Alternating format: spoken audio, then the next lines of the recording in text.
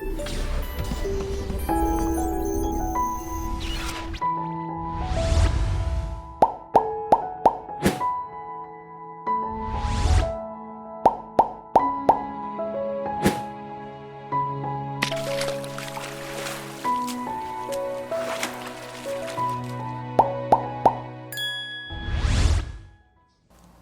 Taylor! Tudo bem, querido?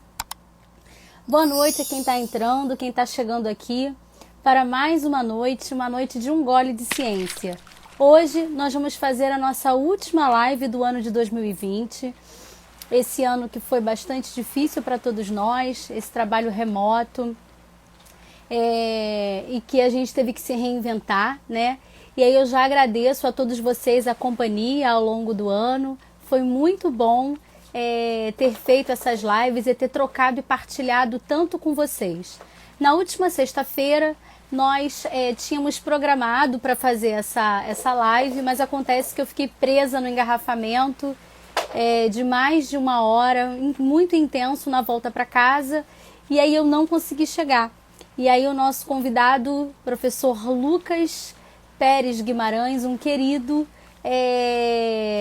aceitou transferir para hoje. Foi muito solícito, um querido. Desde já agradeço. Vou dando boa noite a quem está chegando aqui. Muito obrigada pela parceria, pela companhia.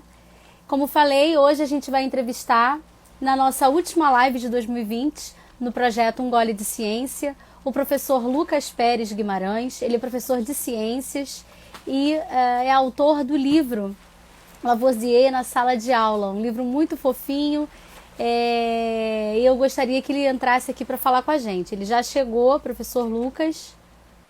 Ei! Olá, tudo bem?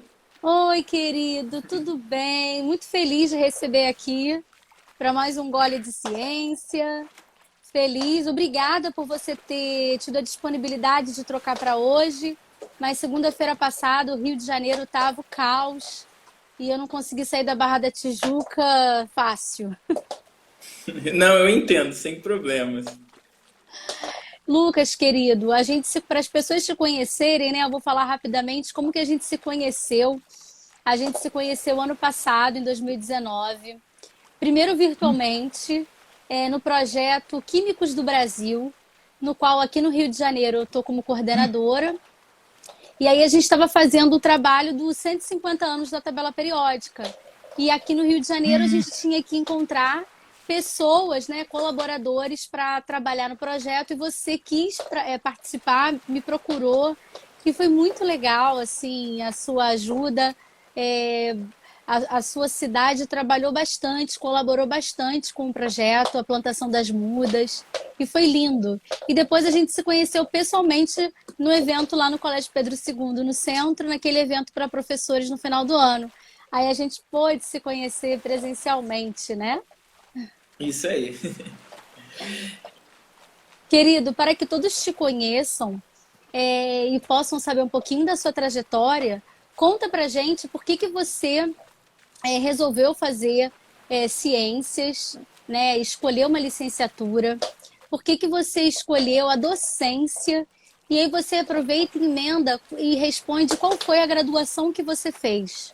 Uhum. Bom, Monique, eu quero agradecer o convite, muito bom estar aqui. Você é uma pessoa uma colega, né, que eu admiro muito, principalmente por esse fato da sua presença em rede social, que eu acho muito relevante, e que eu assisti a sua live com a professora Simone, né, e você contou como que iniciou tudo, e assim, você vem de vanguarda em um momento em que ninguém quase, era só o professor que falasse, olha, eu tenho que ocupar esse espaço, e nesse mundo de pós-verdade, de fake news que a gente vive, está tendo todo mundo tendo que vir para a rede social, você está aí já há bastante tempo e está sabendo, vamos dizer assim, os caminhos, apontando bons caminhos para a gente. Eu acho que isso é um fato que a gente merece reconhecer dentro do seu trabalho. O seu trabalho em rede social é algo que é um dos primeiros que eu vi, é um dos primeiros que a gente se inspira para colocar aqui a nossa cara, para colocar a nossa vez e para tentar vencer um pouco dessa corrente que a gente vive nos dias atuais, onde eu entendo, e aí eu emendo na sua pergunta, onde eu entendo que o professor de ciências corre risco. O professor de ciências corre risco de não existir mais. Principalmente pelo fato de que se eu posso agarrar a verdade que me é mais conveniente, para que eu vou estudar ciências? É É verdade. algo epistemológico se a gente for pensar dentro da nossa área, principalmente pelo fato de que a gente vai lá e discute de onde vem a curiosidade. Se minha opinião é diferente da sua e eu tenho que aceitar, por mais que ela seja infundada, para que o ensino de ciências? A gente precisa começar a pensar nisso, a gente precisa começar a pensar o que é essa liberdade de escolha, de visão e o que é opinião, e principalmente demonstrar para o nosso aluno, e aí entra por que eu fiz licenciatura, demonstrar para o nosso aluno que ciência não é só produto. A pandemia do Covid-19, ela nos mostra muito isso. Ciência não é produto pronto. Lá no H1N1, quando a gente começa a ver o H1N1, principalmente dentro desse fato... Ai, a cachorrinha. É a Marieta, ela tá aqui pedindo colo. Quando a gente fala principalmente de H1N1, a pandemia mais recente que a gente viveu, a vacina estava quase pronta. O produto da ciência já estava quase aí para a sociedade. Aí agora a gente tem uma grande questão. A gente está acompanhando o processo de construção de conhecimento científico. Então, se a gente está acompanhando o processo de construção de conhecimento científico, a gente começa a observar que a sociedade ela não está acostumada com isso. Por quê? Porque a gente ensina algo que é pronto, a gente ensina algo que é, vamos dizer assim, ó, tá ali, é isso, acabou, essa é a verdade. Não, mas há uma construção cuja própria sociedade ela pode participar, por que não? Só que Sim. ela tem que participar apontando os caminhos e desenvolvendo movimentos sinérgicos. E aí, dentro desse detalhe, vem a minha opção de escolher essa questão de ser professor. Eu escolho ser professor principalmente pelo fato de estar inserido em uma área onde o conhecimento é o principal fator. Sempre gostei muito de dar aula, também fui convencido pela área por um professor. Isso é algo que a gente precisa. Porque eu queria ser professor, mas eu não sabia de quê. E aí foi o meu. Foi um professor que eu gostava que me escolheu ser a área de ciências. Então, a gente precisa pensar muito nisso. Se a gente não for empático com o aluno, a gente arrebenta com futuras pessoas da área. Sim. Então, é algo que a gente precisa muito pensar dentro desse fator quando a gente entra em sala de aula. Quando nós pensamos em entrar em sala de aula e pensamos em cruzar a vida de alguém, é muito necessário que a gente tenha alguns valores de empatia, alguns valores de cuidado e entender que aquele aluno é um mundo.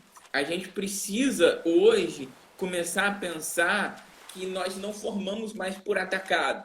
E isso a gente, às vezes a gente acha que a gente pode formar 40 de uma vez só, 50 de uma vez só, e muitas vezes o poder público ou o poder que está acima de nós, o sistema educacional, nos obriga a isso. Mas isso não dá certo. E formando redes de diálogo, formando redes que possam, vamos dizer assim, unir o professor e superar o isolamento de sala de aula, eu creio que alguns entraves nós podemos vencer. Eu acho que é muito rico que nós possamos vencer esses entraves, essa falta de estrutura que muitas vezes existe, essas cobranças que muitas vezes a gente fala. Só que eu acho que a gente tem que começar a pensar e parar de nos vitimizar e começar a pensar na nossa área como uma área de pesquisa, a sala de aula como um espaço de pesquisa e os nossos alunos como sujeitos de ação. Nós precisamos de ter os nossos alunos como sujeitos, não como objetos que são depositados certas coisas, que isso está vencido lá atrás pelo Paulo Freire, graças a Deus, e agora está na hora da gente vencer isso no chão de sala de aula. Sim. Nossa, você levantou muitos pontos importantes, Lucas. Sobretudo essa formação por atacado, né? Se somos seres ímpares, tão diferentes e com tantas especificidades, fica difícil a gente querer achar que a gente vai atingir a todos da mesma forma. E isso é muito ruim, né? Eu já trabalhei em instituições, por exemplo, com 80, 85 alunos numa sala de aula, que assim era porque era tipo o terceiro ano, e o terceiro ano é pré-vestibular.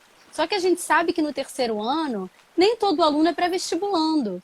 Tem aluno que só quer terminar o ensino médio por diversas razões. Ou porque ele quer fazer tocar o bar da família, o restaurante da família, ou porque ele ainda não encontrou o que ele quer fazer. Enfim, ou ele quer fazer uma fotografia, que não tem graduação. Eu acho que a gente, claro que enquanto docente, a gente vai valorizar o aluno ser aprovado para um ensino superior. Mas existem cursos e existem profissões que ainda não têm graduação e que não é porque o aluno não vai fazer aquilo que ele vai ser um derrotado.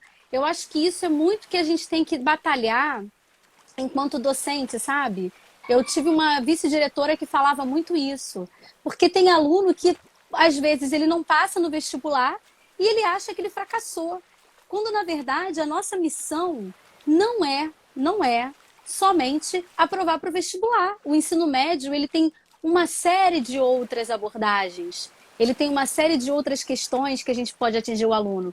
O vestibular é uma delas, mas abrir o aluno para o olhar da ciência é um, ou abrir o aluno para o não negacionismo da ciência. Ele pode não querer ir para essa área, mas ele não pode negar, né? Eu vou te pedir licença para ler o comentário do professor Mauro Braga, que é meu Que legal. amigo e é Ele é parceiro ótimo. Ele é maravilhoso. E é parceiro na página Química na Sala de Aula, né? Que é, Lucas, o negacionismo científico tem um viés político hoje, mas não é exclusivo. Na última década, pelo menos, vivemos esse movimento.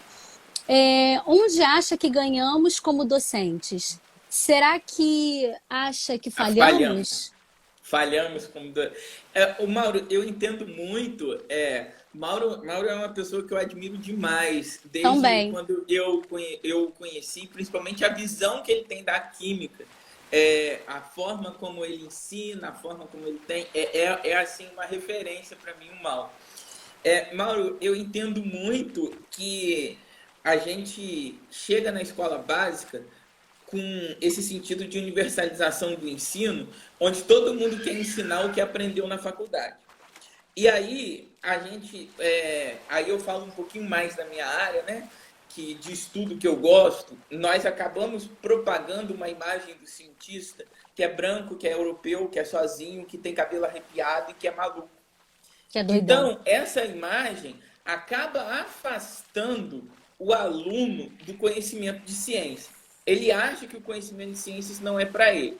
Então, existem certas visões de ciências, e essas visões são aquelas que consideram o aluno, que a ciência é composta por uma elite intelectual, que não faz com que o aluno ele pense como ele precisa da ciência. Isso acaba levando, muitas vezes, eles a acharem que ciência não é para eles. Então, se eu não consigo escutar e entender, isso eu acho mais importante. Se eu não consigo entender o meu professor de física me explicando a esfericidade do planeta, eu consigo entender o cara que com 5 minutos vai para o YouTube e explica que a Terra é plana e os argumentos ele compreende. Então, precisamos pensar, inclusive, no nosso discurso. Precisamos pensar que o currículo talvez não seja uma lista de discurso que nós tenhamos que dar um risquinho em todo o conteúdo que vem na frente. O currículo precisa ser um percurso de quem aprende. Então, muitas vezes eu trato a esfericidade da Terra como algo muito rápido, como algo muito superficial, vamos dizer assim, e aí meu aluno não entende. Se meu aluno não entende, ele vai para o YouTube ver um vídeo de 10 minutos e vai dizer assim, olha, o meu professor estava errado. Então, a gente precisa pensar ciência para quê? Ciência para quem? O ensino de ciências vai ser para quem?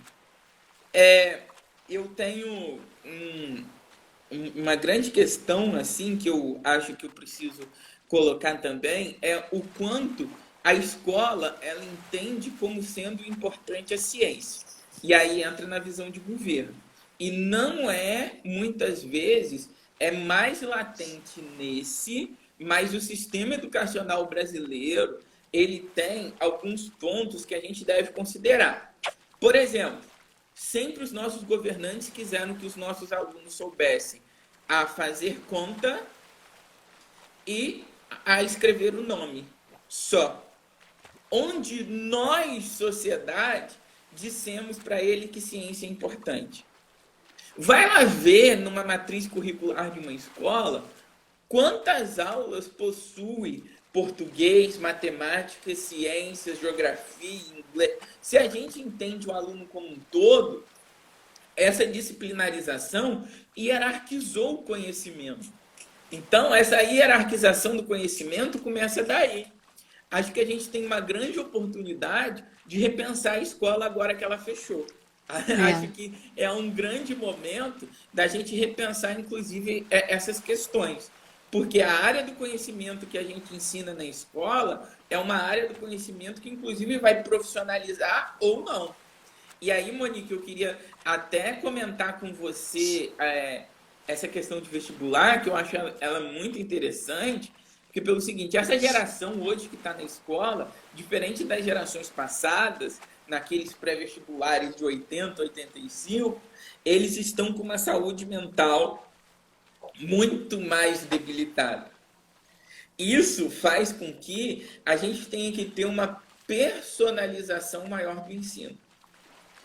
Pelo menos, se antes tínhamos problemas de saúde mental, nós não enxergávamos com a relevância que nós vemos hoje. Hoje, o adolescente ter uma boa saúde mental é relevante. Sim. Antes, não sei se a gente considerava essa relevância como sendo algo tão importante como a gente acha hoje. Então, não se falava, né? Eu acho que não se falava tanto. É porque, assim, eu entendo que a pressão sempre é a mesma. Não é essa geração que é mais fraca.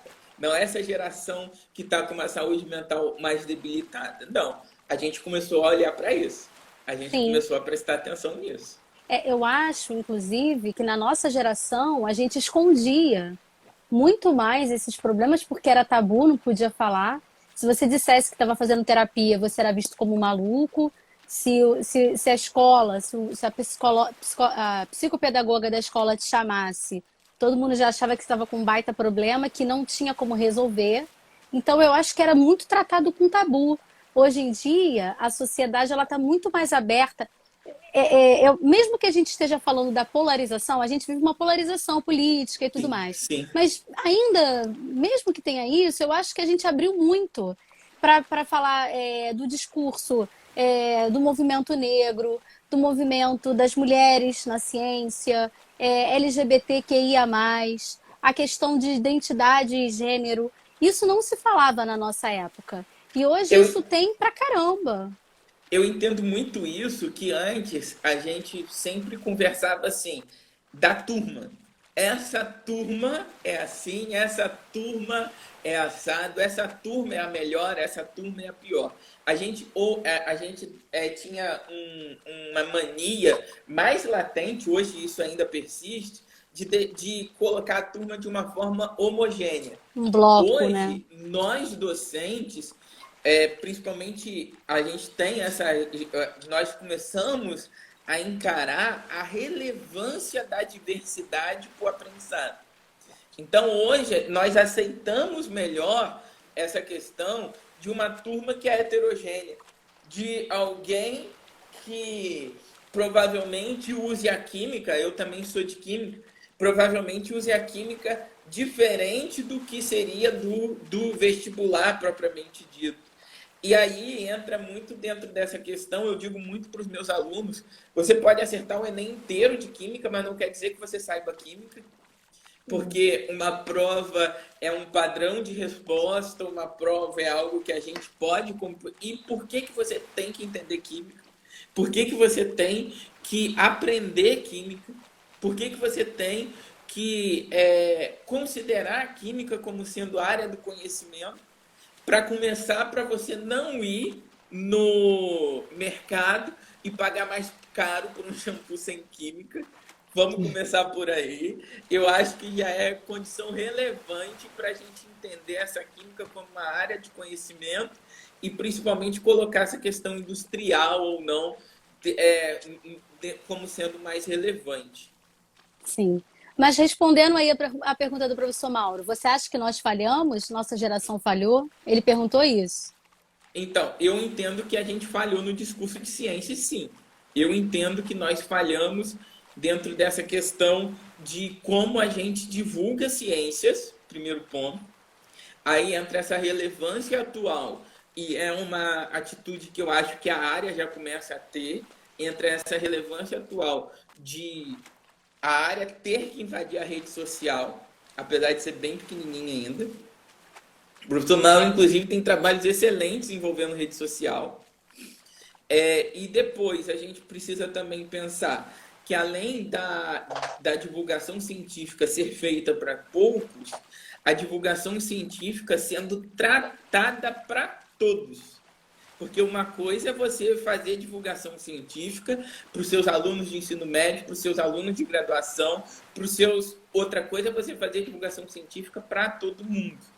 Isso eu acho que ainda está bem obscuro dentro da área de divulgação científica, pelo menos que eu conheço, em como fazer. Como fazer isso para uma classe de EJA? Como fazer isso para alguém que já saiu da escola? Como fazer isso dentro do WhatsApp? Como fazer isso? Eu acho que, assim, dentro dessas redes sociais, como Instagram, como Facebook, tem essas questões de posts. Só que, recentemente, eu vi uma corrente de WhatsApp, e aí eu desesperei, que está escrito ainda assim, caminhada com frequência, dizendo que a Alemanha descobriu que não é vírus, é bactéria, tá. Então, esse disparo massivo de mensagens, ainda nós não conseguimos combater. Eu não vejo como nós estamos combatendo esses disparos. Esses disparos com um discurso bom, com um discurso que possa, vamos dizer assim, atingir um variado, vamos dizer assim, número de pessoas. Porque é muito fácil eu falar para criança, para adolescente, para adulto. E quando é tudo junto e misturado? Sim. Você, na sua realidade, você trabalha em Barra Mansa, na prefeitura, certo, Lucas? E você Sim. trabalha com ensino fundamental e médio ou só fundamental? Como é que é a sua realidade?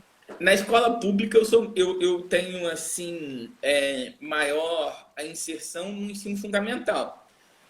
Pelo município ser responsável pelo ensino fundamental, tem maior inserção no ensino fundamental. Na particular, eu trabalho com médio. Certo. E só lendo aqui a resposta do professor Mauro, ele falou assim: que maravilha ouvir colegas entendendo que estamos falhando. Entendo que sim. Eu quero voltar nisso aí, nessa questão, porque assim, vou até então abrir um parênteses. Se a gente está falhando, eu vou te fazer a pergunta do milhão, né? Que se você soubesse, você estaria rico, né? Mas a gente pode discutir ela. O que você acha, Lucas, que a gente pode fazer, né, dentro do nosso micro para mudar isso? Que ações? Descer do pedestal, ter uma ciência mais humilde. Eu acho que de vez em quando a gente é encarado como oráculo, né? E a gente não é oráculo. Eu acho que a gente precisa começar a tentar aprender um pouco mais, ouvir um pouco mais. Eu acho que a escuta começa daí. Começo a pensar de que a mudança desse cenário ela parte do professor. Eu acho que o professor de ciências ele tem que ser linha de frente nesse combate. Eu acho que quando a coisa voltar mais ou menos para o presencial, como a gente estava acostumado, nós vamos ter que repensar o currículo que a gente ensina, repensar a forma como a gente ensina, repensar a forma como a gente avalia, porque isso tudo está muito latente. Isso tudo, assim, é algo que a gente precisa repensar. E a escola ela precisa se encarar como força. A escola ela precisa entender como força. O professor ele precisa ser forte nesse momento para achar. Por quê? Porque, Monique, o que eu entendo, principalmente dentro de escola particular ou dentro de escola pública, que tal? Essa disciplinarização faz aluno escolher disciplina, faz aluno escolher matéria. Eu aprendo isso e não aprendo aquilo. Eu gosto disso e não gosto daquilo. Essa matéria eu presto atenção no professor, essa outra matéria eu colo. E aí o aluno ele sai da escola, muitas vezes com nota boa ou não, com nota ruim ou não, que ele sai da escola mesmo. E aí qual a relevância dessa área do conhecimento dentro da vida do aluno? Será que essa prova é a melhor forma de avaliar esse aluno? Será que essa prova foi o melhor jeito da área do conhecimento pelo qual você é responsável atingir esse aluno? Então, assim, eu acho que a gente tem que rever esse funil, vamos dizer assim, pelo qual nós passamos o aprende ou não aprende, o sabe ou não sabe. Como que a gente está avaliando o processo de ensino-aprendizagem dentro da escola? Aí não tem jeito, eu penso que só acontece através do professor encarar como a sala de aula como espaço de pesquisa, do professor encarar de que muitas vezes não é passar matéria no quadro. Não que isso seja errado. Mas se a gente entra na escola, todo mundo dá aula igual. Qualquer tipo de professor dá aula igual. E será que essa aula igual está funcionando para a escola ser relevante na vida desse aluno? Será E que não aí, vale a pena? Será que não pode vale a continuar. pena conhecer novas metodologias? Será que não Sim. vale a pena repensar minha ação dentro de sala de aula? Porque por onde essa correnteza está indo, talvez não esteja legal como a gente gostaria que estivesse. A gente já sabe que não está dando certo, né? E É, aí a gente acabou de falar que a sociedade mudou, que hoje a gente tem outros temas que a gente aborda. O aluno ele já chega com outras questões para a gente, né? Hoje em dia o aluno ele não te vê com temor, ele te vê como um colega, ele quer trocar uma ideia. Pelo menos eu vejo assim com as minhas turmas, eles são próximos. Não tem esse distanciamento como já foi um dia que eu estudei num colégio de freiras, por exemplo, que eu tinha um professor que ele exigia que quando ele entrasse, nós levantássemos em conjunto, dessemos bom dia, professor, e nos sentássemos. Então era assim, uma regra, uma lei, né? Hoje em dia eu não faço isso, nunca quis isso. Eu acho que o diálogo, de outras formas, a gente estabelece e chega no aluno.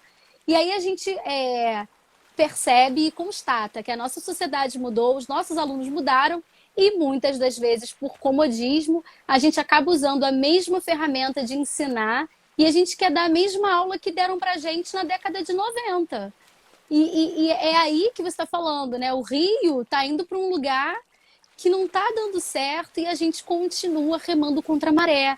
E aí é muito comum a gente se lamentar na sala dos professores, né? Ah, os alunos não querem nada, ninguém aprende nada, né? E a gente sabe que não é assim, né? A gente sabe que, como você mesmo falou, quando a gente adapta outras formas, outras metodologias, o aluno vem, né? Eu posso até testemunhar aqui, ano passado eu fiz muita oficina com minha aluna, né, que eu orientei na UERJ, e aí a gente fez na rede municipal, na rede estadual, privada, enfim, a gente federal, a gente foi muito convidada para fazer a nossa oficina de repelente. E uma delas, que foi a última do ano, foi num colégio municipal aqui no centro do Rio, onde meu marido é diretor. E lá tem um laboratório que pouca gente usa, né? Não levam os alunos para o laboratório, é um laboratório de ciências. E aí eu falei para ele, olha, eu não vou fazer na sala de aula não, se tem um laboratório eu vou usar. E aí arrumei e tal, fizemos em grupos. E no início, Lucas, como era um lugar diferente para eles estranharam. Então, assim, era o nono ano que estava saindo da escola, porque é o Fundamental 2 na rede municipal aqui no Rio, né? E eles estavam saindo da escola e nunca tinham entrado no laboratório, não sabiam o que era. E aí a gente deu para eles manipular Becker, Proveta, Grau, Estilo. Eles fizeram a maceração, a filtração, fizeram tudo, levaram o produto para casa daquilo que eles estavam fazendo. E no final eles falaram assim: foi a melhor aula de ciências que eu tive na minha vida. Cara, assim, eu não sou professora deles, eu estava ali fazendo um projeto de pesquisa que eu toco, né? E aquilo me mexeu muito, porque a gente também fez na Semana Nacional de Ciência e Tecnologia. Então, ouvir aquilo naquela semana, que para mim tem uma representação muito forte, eu estava sendo liberada da FAETEC, que é onde eu trabalho, para ir fazer essa atividade em outra escola. Então, para mim, aquilo ali foi um presentão de final de ano, sabe como é que é? Então, assim, o adolescente, ele gosta de ciência, sim. Só que a gente tem que saber como chegar lá. E eu acho que é adequar a linguagem. Como você falou, descer do pedestal, a gente tem que aprender a falar para ser entendido. A gente, às vezes, acha que é cool aquele que fala e ninguém está entendendo. Nossa, como ela é inteligente. Cara, a gente tem que corromper isso na ciência. Sabe? Porque se eu sou uma professora e dou zero para todo mundo, quem está fracassando sou eu enquanto docente. Então, a gente tem que repensar isso daí para poder, enfim, se fazer entender. Senão, a gente vai estar colocando, como você falou, alunos para fora da escola, porque eles vão ser aprovados, porém não alfabetizados cientificamente, não é isso? E cometendo essa maluquice aí de fake news que vão acabar propagando as correntes de WhatsApp que a gente recebe, né? Com certeza. Eu entendo assim, Monique, muito legal a sua experiência na rede municipal. E assim, eu entendo é, você que é professora de química, né? E que eu fiz biologia também, você teve pouco contato com o ensino fundamental, não teve? Pouquíssimo. Eu acho assim muito legal esse seu relato por conta da forma como você conseguiu perceber o caminho do aprendizado de forma diferente. Provavelmente você viu alunos mais agitados, provavelmente você viu certas coisas, vamos dizer assim, que você não estava acostumada. Só que no final, você provavelmente no início você chegou e falou assim, olha, não vai dar certo. E no final você ficou surpresa o quanto deu certo, diferente do que você estava acostumado, dentro do seu meio de ensino médio, dentro da sua experiência de ensino médio. Mas deu certo. O medo que eu tinha, primeiro assim, não eram meus alunos, então eu estava conhecendo pela primeira vez, né? Eles não tinham aula de ciência, então meu medo era eles quebrarem a vidraria, né? A gente trabalhou com álcool etílico, eles ficarem jogando um no outro, esse tipo de coisa. É um temor que eu tenho sempre que faço oficina em lugares que eu não conheço, né? Com pessoas que eu não conheço. Mas uma coisa que eu fiquei assim muito mexida é a forma com a qual eles olham para a gente. Muitos olhavam para a gente com aquele olhar assim, tipo, quem é essa? Um olhar de desconhecido. E aí, quando você usa uma linguagem para se fazer entender, eles vão abrindo. Só para você ter uma ideia, eu usei a expressão vamos usar pau de canela para fazer essa expressão, canela em pau. E aí, um garoto falou assim, pau? Ele achou que ia me desconcertar. Eu falei assim, pau de canela. Tem vários tipos de pau de canela, pau de árvore para dar paulada. Você só conhece um. E aquilo ali, ele ficou tão desconcertado, ele riu, porque ele estava na defensiva. ele estava me testando, ele queria saber até onde eu ia. E eu acho que é um pouco disso, sabe? A gente, enquanto professor, tem que parar de levar as coisas pro lado pessoal, Sim. de achar, né? De achar que ele tá me ofendendo, tá me agredindo. Não é. Eu acho que é a fase. Ó, o Mauro escreveu aqui de novo. Toda criança curiosa é curiosa, mas em algum momento a escola ceifa essa curiosidade na sua prática, onde você acha que isso ocorre na prática? Principalmente, eu entendo muito isso, eu entendo muito isso, assim, na minha visão que eu tenho, mas não é visão de pesquisa, né? Óbvio. Mas por conta do que a gente está fazendo, de como a gente colocou a escola para as crianças. Ou melhor, a natureza da escola. A escola ela vem não dentro de uma visão romântica, mas ela vem principalmente para cumprir aquelas regras de revolução industrial que a gente precisava ter para esse menino sair da escola e ir para a indústria. E aí, o que, que acontece? Com o tempo isso passou, vem a universalização do ensino e esses resquícios ainda permanecem dentro da escola. E nós estamos sempre acostumados, e isso eu acho que vem muito dentro do catequismo religioso, que foi um dos lugares que a gente tem de primeiras escolas, a gente está muito acostumado a dizer que o aluno ele tem que ir para aquele caminho. A gente está muito acostumado a lidar com o acerto. Eu preciso do acerto. Mas e quando vem o erro? Será que a gente sabe lidar com o potencial pedagógico do erro? Será que a gente sabe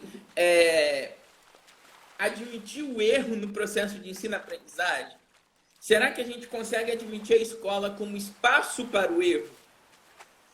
Porque isso não é simples. Porque dentro dessa sociedade de competição que a gente vive, de meritocracia que nós temos, o erro não é admitido. Só que, por mais que eu goste dessa sociedade, por mais que eu ache a meritocracia certa ou não, isso não vem ao caso, a escola, seja em qualquer contexto, precisa ser um espaço para o erro. Porque uma criança, ela que está entrando na vida agora, ela não é obrigada a acertar sempre. E o adulto também não. Sim, a gente E erra aí, direto. aí a gente sabe lidar com erro, a gente sabe lidar com o potencial pedagógico do erro. E aí, colocando um pouquinho o que o Mauro perguntou, que eu acho que isso acontece principalmente quando nós entramos dentro do aspecto quantitativo da nota, terceiro ano do ensino fundamental, e também pela professora polivalente dos anos iniciais e da educação infantil, encarar as ciências como sendo algo de muito especialista, e no final das contas ela não se sente à vontade em ensinar ciências, e eu penso que é aí que a gente precisa repensar o ensino de ciências. É aí que a gente precisa repensar aonde nós estamos agindo. Meu doutorado, eu estou fazendo doutorado em ensino de ciências, e aí minha orientadora em certa aula perguntou assim, doutor para quê? Doutor para quem? E hoje, na hora, era uma pergunta retórica, a gente não precisava responder. Hoje eu entendo que eu preciso fazer esse doutorado para as professoras polivalentes. Eu preciso fazer esse doutorado para levar ciências para os anos iniciais do ensino fundamental e principalmente para a educação infantil também. E com uma ciência mais concisa lá, que muitas vezes elas recebem um técnico de magistério, um magistério com um professor de ciências que quer empurrar todo o conteúdo de uma vez só, com uma ciência mais concisa lá, eu entendo que a gente pode formar alunos mais criativos. Esses Sim, alunos mais criativos podem empurrar esse professor de ciências para repensar a forma como ele ensina.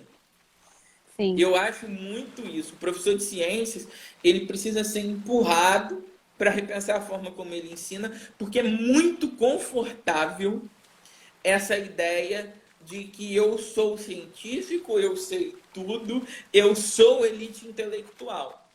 Então, muitos que faltam principalmente uma qualidade específica humana, que é a humildade, não conseguem compreender isso. Mas eu consigo acreditar que a sinergia que há dentro de uma sala de aula possa fazer esse professor movimentar. Porque existe um ego muito grande quando a gente vira professor. Você imagina 40 olhando para você. 40. 40 vidrados com olhos. E se a gente não tem esses olhos em nós ficamos chateados. Aluno não quer nada. É diferente, a gente precisa pensar que nós não somos mais Mendeleev. Mendeleev, ele era um cara que tinha um ego legal, ele quando foi para a Rússia, todo mundo prestava atenção nele, que tinha um livro de química e a cabeça dele. Então era todo mundo vidrado mesmo. Só que agora com o Google, que eu estou ensinando uma coisa que o aluno pode pegar no Google. Verdade. Então, eu vou ter o olho desse aluno? Não vou. Eu tô esquecendo o meu contexto.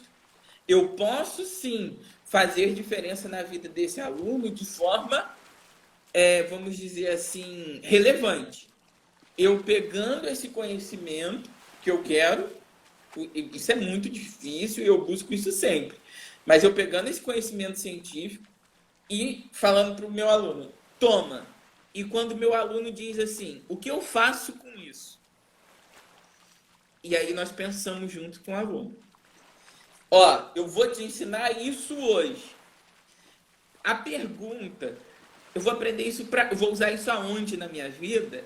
É o seu aluno perguntando, o que eu faço com esse conhecimento? Isso serve para quê? Isso serve para quê? Isso aí. O que eu faço? E aí que entra as metodologias diversificadas, as interações necessárias para que esse aluno ele entenda, ele compreenda aonde ele vai utilizar isso. Sim, claro. Sim, sim. Existem alguns assuntos que a gente aborda no ensino médio que, na minha opinião, Lucas, não deveriam ser dados. Sim, deveriam ser colocados mesmo para o ensino superior, para quem quer estudar essa área, Sim. né? Vou dar um exemplo, reações orgânicas. Quando a gente começa a falar, tem vestibular que pergunta o tipo de mecanismo que aconteceu. Ele não pede para fazer o mecanismo, mas ele pede para o aluno se é uma substituição nucleofílica, é SN1, é SN2, entendeu? Ele pede coisas que faz com que aquele aluno que vai tentar uma área totalmente distante de ciência, ou até aquele mesmo aluno que gosta de ciência, ele se afasta. Porque você acaba tendo que falar para ele assim, ó, memoriza. Faz a gente perder tempo com o que não deveria, né? Com o que não deve, exatamente. Esse final de ano eu fiquei muito angustiada, né? Porque isso sempre, eu estava remotamente o ano inteiro, chegou outubro, você pega os últimos módulos para trabalhar. E aí você ficou longe do aluno o ano inteiro, e quando você se aproxima de metade, porque ainda tinha um rodízio, você tem que dar um negócio que não tem o menor sabor para aquele aluno, né? E isso me deixava muito angustiada, me deixa muito angustiada, né? Eu acho muito interessante, e eu também sinto assim, eu acho muito interessante a gente analisar o Enem, né? A gente ensinava reações orgânicas antes desse Enem mudar em 2009? Não. A gente ensinava polímeros antes desse Enem mudar em 2009? A gente não ensinava. Não.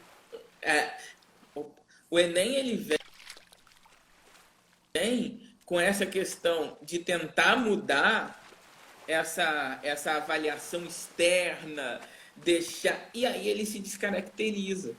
Ele se descaracteriza com o tempo, fazendo um vestibulão, que antes você tinha pequenos vestibulares, fazendo um vestibulão, onde a gente põe mais conteúdo. Aumenta a pressão no aluno, né? Sim, porque é uma chance só. Eu entendo muito isso, Monique, como sendo as universidades que entraram para fazer essa prova, e aí muitas vezes essa banca que compõe não entende ou já esqueceu as dificuldades de uma sala de aula. Eu entendo muito isso. eu entendo que a gente precisa sim de mudança da prova externa. Porque enquanto a prova externa estiver desse jeito, a gente está com a corda no pescoço. Concordo Não em tem jeito. gênero, número e grau. Mas a gente precisa mudar. Quando a gente olha para a BNCC, que Enem vem esse ano. Vai mudar Que o Enem de Enem acordo com o vem que está esse ali? ano? Você fez a pergunta do milhão. Que Enem vem esse ano, querido? Não sei. Acho, inclusive, Lucas, que não era nem para ter. Sim, sim, Com sinceridade, não era nem para ter, porque a gente não garantiu que todos os alunos no Brasil tivessem as mesmas condições para assistir aula. Eu posso te sim. falar pela Faetec. Eu tinha sexta-feira à tarde, às vezes quinta-feira à tarde, 30 alunos.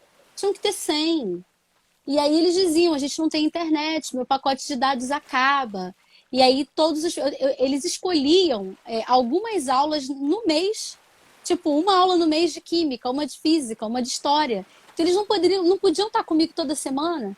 Então, assim, e aí quando a gente pensa que o ano que vem a gente vai voltar dessa forma em muitas escolas, remotamente, e a gente está atropelando, é assim que eu me sinto. Eu me sinto atropelada pelo sistema. Não sei você, mas eu me sinto atropelada e acaba que a gente tem que atropelar o aluno. Porque é aquilo, né? O sistema nos pressiona, aí a gente tem que dar conta do conteúdo, e aí você. Enfim, é muita pressão para nós também, enquanto docentes, né, Eu Lucas? entendo sim que é algo maior que a vontade do professor, e o professor ele é sensível a essa situação. Mas eu entendo também que é com a união, com a criação de redes, com a superação do isolamento de sala de aula, que a gente consegue superar essa coisa que a gente tem hoje, Sim, que é esse sistema educacional excludente, que é esse sistema educacional que não é eficiente, que é esse sistema educacional que prejudica os atores. Há um prejuízo imenso de aluno e professor, há uma universalização no ensino que não acontece de verdade como a gente gostaria que fosse. E assim, a gente precisa de ter uma nova identidade para a escola que é muito maior do que aquela de cumprir horário, bater sinal, ir para a sala, bater continência, por aí vai. A gente precisa pensar o conhecimento como uma grande qualidade. A gente precisa ter, sim, o conhecimento como principal prioridade dentro da escola. E adequar o sistema educacional, que não é melhorado do dia para a noite, mas com, vamos dizer assim, com alguns pontos, como a gente principalmente citou, o quanto a gente queria homogeneizar e o quanto a gente aprendeu hoje a importância da diversidade, esse sistema, a gente vai trabalhando nessas rachaduras carcomidas do sistema educacional e dando uma movimentada nele a fim de tornar o aluno mais, vamos dizer assim, potencializar o aprendizado do aluno. sim. Hoje, na escola pública, como é que você faz para usar o teu ambiente como sala de aula pesquisa? Assim, eu penso muito, Monique, que anteriormente eu planejava algo, sempre gostava de planejar, aplicava e não refletia. Com a inserção na pós-graduação, eu planejo, aplico, escrevo. Na hora que eu escrevo, eu reflito. Quando eu reflito, eu mando para esse sistema todo acadêmico que a gente tem. Pares leem, não sei quem lê, todo mundo lê, isso volta para mim. Quando isso volta para mim, eu posso descartar essa estratégia ou não, ou melhorá-la. A principal mudança que me deu quando eu comecei a estudar, quando eu entrei, né, dentro dessa questão da pós-graduação, é eu preciso sempre repensar a minha sala de aula. Então eu não vou ser um professor de caderno de folha amarela. Eu não vou ser um professor que dá aula só com o mesmo caderno de folha amarela. Os alunos são diferentes. E aí, o que que eu penso? Eu penso muito em como eu posso modificar esse cotidiano desses alunos. Como eu posso usar, né, utilizar esse cotidiano dos alunos. Qual que é o maior desafio? A carga horária do professor. Eu não consigo fazer pesquisa com todo mundo ao mesmo tempo. Sim. Eu preciso, olha, agora eu faço com esse, depois eu faço com aquele, depois eu faço com... Porque não dá. Não dá para você fazer um planejamento com a carga horária, infelizmente, que a gente precisa cumprir no Brasil, como todo mundo tem que cumprir, para todo mundo, para eu fazer um planejamento legal para todo mundo.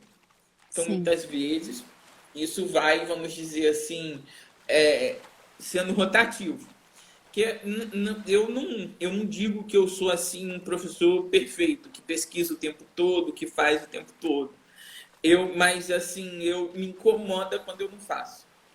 Quando eu começo a passar as coisas no quadro, quando eu começo a dizer para o aluno só copiar, isso começa a me dar um incômodo. Eu faço Sim. isso? Faço isso, mas me incomoda. Sim. Você falou aí, você dividiu a sua prática entre antes e depois da sua entrada na pós-graduação, né? Isso mostra a importância da formação docente continuada, né, Lucas? Como que é importante, porque o olhar muda. Eu sempre testemunho quando eu fiz a pós em educação especial inclusiva. Parece que um novo mundo se abriu para mim. As coisas, assim, até a forma de enxergar os alunos que não tinham nenhuma necessidade educacional especial. Porque quando eu adaptava e levava uma coisa mais visual para aquele aluno que tinha necessidade educacional especial, aquele outro que não tinha achava interessante Perfeito, e queria participar mais. Né? E perfeito, aí a minha orientadora falava, a inclusão ela só acontece de fato quando você pega esse aluno e insere ele com os outros. E aí aquela prática, ela é legal para todo mundo, porque tem muita gente, muito professor que combate a inclusão, que acha que você tem que ter a escola especial e os normais. Eu digo que de pertinho ninguém é normal e aí o pessoal ri, né? Eu de pertinho não sou normal. E você também não. Cada um tem as suas questões. Então, assim, botar o aluno somente dentro da escola, dentro da sala de aula, não faz dele incluído. Isso uhum, não é uma inclusão. A inclusão, de fato, é quando você pensa uma ação para todos. E aí você vê todo mundo se desenvolvendo ali. Né? E isso aí você vai ver que é uma inclusão de fato. Eu pude perceber isso nos projetos das moléculas que eu fiz, né, na pós, e venho fazendo há 15 anos. E aí você percebe como que aquele aluno que não tem nenhuma questão, ele olha assim, que negócio legal. E aí ele se interessa por ciência. Por isso o, que... Pode falar. o professor que é contra a inclusão, você pode reparar que é aquele professor que não entendeu que a inclusão é inclusão para todos. E que ele está mergulhado em um processo burocrático, onde ele precisa planejar a aula para todos e a aula para o incluído. Isso, não, é uma só. É Exato. uma Tem que fazer só. uma aula. Porque se Uhum. você faz duas, o menino não vai estar incluso. Essa é a questão. É aquilo que você falou. É fácil, Lucas? Não é. É extremamente difícil. Tem que planejar, tem que ter tempo. Mas o tempo que eu parei para me dedicar na pós mudou a minha lente, sabe? A minha visão sobre o assunto, a ponto de eu pensar, é possível. Porque talvez em algum momento eu deva ter pensado assim: caramba, isso vai ser difícil pra caraca, não sei se sou capaz. Em algum momento eu devo ter, assim, dado aquela bamboleada, sabe como é que é? Mas quando eu fui para pós e fiz essa formação continuada, o mundo meio que se abre. E, infelizmente, muitos professores não têm esse tempo, porque tem uma carga horária muito grande, acaba trabalhando em 4, 5 lugares e não tem tempo de se especializar. Isso acaba sendo um problema, né? Mas, Monique, eu acredito muito na formação continuada com pares. A melhor Hum, formação continuada que tem é aquela quando o professor muitas vezes não quer mais falar mal de aluno, mas ele leva o problema para a sala dos professores e o seu par coloca uma solução para um problema. Porque sim, se a gente for analisar o que é um curso de pós, o que é um curso de formação continuada, isso é um momento. Mas e a ação no dia a dia? A ação no dia a dia acontece quando eu, quando você, quando o meu colega, a gente decide dar as mãos. A gente Sim, decide superar o isolamento de sala de aula e dizer, olha, você me ajuda que eu te ajudo. é Não isso é aí. porque a gente foi para pós que a gente sabe mais ou menos que o outro, Uhum. mas a gente precisa começar a compreender isso. A gente precisa começar a tentar escutar e principalmente dentro do nosso segmento, quando são vários professores, deixar o ego um pouquinho de lado e entender que todo mundo bom é melhor do que só você bom. Eu acho, Maravilhoso. eu penso muito nisso. Eu acho que o que a gente precisa começar a compreender na escola é que a formação continuada é responsabilidade de todos. Sim, é isso aí. Ó, a professora Mariângela Brut, não sei se fala assim, perdão. Estou no mestrado, estou vivendo o medo, de não conseguir trabalhar e estudar. É um desafio brabo mesmo. Sim. Mas com persistência vai conseguir sim, professora. Não desista. Talvez vai perder algumas noites de sono, no dia seguinte vai estar com uma olheira, E não mas precisa vai dar conta conseguir. de tudo. É isso aí. Tem Querido, hora, tem hora que o trabalho vai ser prejudicado, tem hora que o estudo vai ser prejudicado. A é gente isso não dá aí. conta de tudo, não. A gente É, precisa começar a compreender que a gente tem momentos. Existe um momento em que eu tenho que ter atenção para o meu trabalho, existe um momento que eu tenho que ter atenção para o meu estudo. e Só que tem a quando eu escolho família. e a família também. Só que quando eu escolho esse momento, um lado vai ser prejudicado. Eu tenho que aceitar o prejuízo. Sim. Querido, nosso papo tá uma delícia, mas infelizmente está chegando ao fim. Eu já gostaria de agradecer a todas as pessoas que estiveram aqui conosco, agradecer a você pelo seu tempo, por ter remarcado para hoje esse nosso papo maravilhoso. Me deixar aqui à disposição a você, sabe, Lucas? Porque você foi um rapaz um professor maravilhoso que me ajudou muito no ano passado no Químicos do Brasil. Foi muito ativo. O Rio de Janeiro teve trabalhos ótimos vindo da tua cidade de Barra Mansa. E foi muito rico, né, lá na página, foi uma troca maravilhosa. E gostei muito de conhecer o seu trabalho, o seu projeto.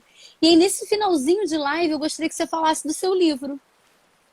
O meu livro, ele aborda muito o nono e o primeiro ano, mais o nono dentro dessa perspectiva da BNCC, que vai trabalhar a imagem do cientista. Vai trabalhar o Lavoisier, que a gente precisa ensinar em sala de aula, de um modo um pouquinho diferente.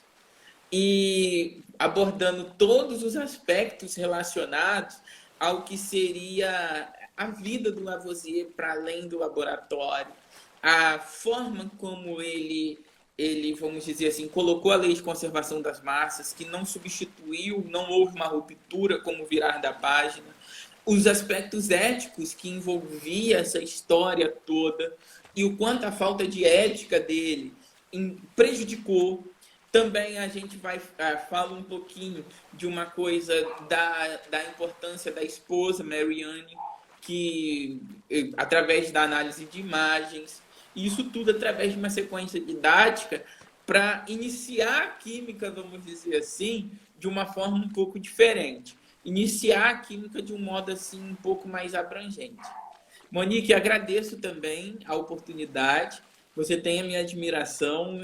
Assim, como eu falei no início, né? Você está dentro dessa vanguarda de divulgação científica em rede social, conhece bem o caminho, conhece assim de uma forma muito legal o caminho, e eu entendo que é uma grande referência para esse momento em que a gente vive. E vamos sim estar juntos, vamos sim unir forças para a gente superar esse momento de pós-verdade e negacionismo e também encontrar um novo caminho dentro do ensino de ciências. É isso aí. Querido, muito obrigada. Conte com a gente. Como você mesmo falou, a gente não sabe tudo. A gente está a cada momento tentando aprender, se desconstruindo para construir, né? E quando a gente encontra pares, né, como você, que pensa fora da caixa, né, ajuda muito, porque a gente encontra um alento, né? Ó, O Cláudio, Cláudio. O Cláudio é um professor que eu tenho contato, professor de ciências, de Angola. Então, olha, a gente se conhece virtualmente, porque um artigo meu foi citado por um outro professor em um mestrado em Portugal, que Ai, é que o legal. Kanga. E aí eu fui atrás no Facebook, aí achei Cláudio, Adão, o próprio Kanga, que eles me passam bastante o que acontece em Angola, as dificuldades de Angola. E quando tudo isso terminar, a gente vai tentar até fazer uma troca maior do que acontece. Então, muito obrigada ao Cláudio. Siga aqui o Inclusive Química. Estamos também, há pouco tempo, né? Essas lives estão indo para o YouTube. Então, a gente está começando a levar esse trabalho para lá. E aí a gente vai fechar agora 2020 com 31 lives, com essa de hoje, com um trabalho de divulgação científica que a gente já está disponibilizando semanalmente. Né? Então, é um trabalho de formiguinha, mas a gente chega lá. A gente vai dando as mãos e vai chegando. Então, querido, muito obrigada. Um beijo, bom Natal, bom Ano Novo. Que venha a vacina, né? Sim. Vacinem-se, por favor. A vacinação é um pacto social, gente. Tem gente que não pode se vacinar. Então, vacinem-se, por favor. Na última quinta-feira, a gente falou sobre isso aqui com o professor Luiz Carlos Dias, lá da Unicamp, sobre a questão da vacinação, né? E, então, a gente precisa continuar divulgando para romper com essas fake news aí e as mentiras, né, as inverdades sobre a questão da vacina. Então, muito obrigada. Boa noite a todos. Que todos tenham um bom 2021.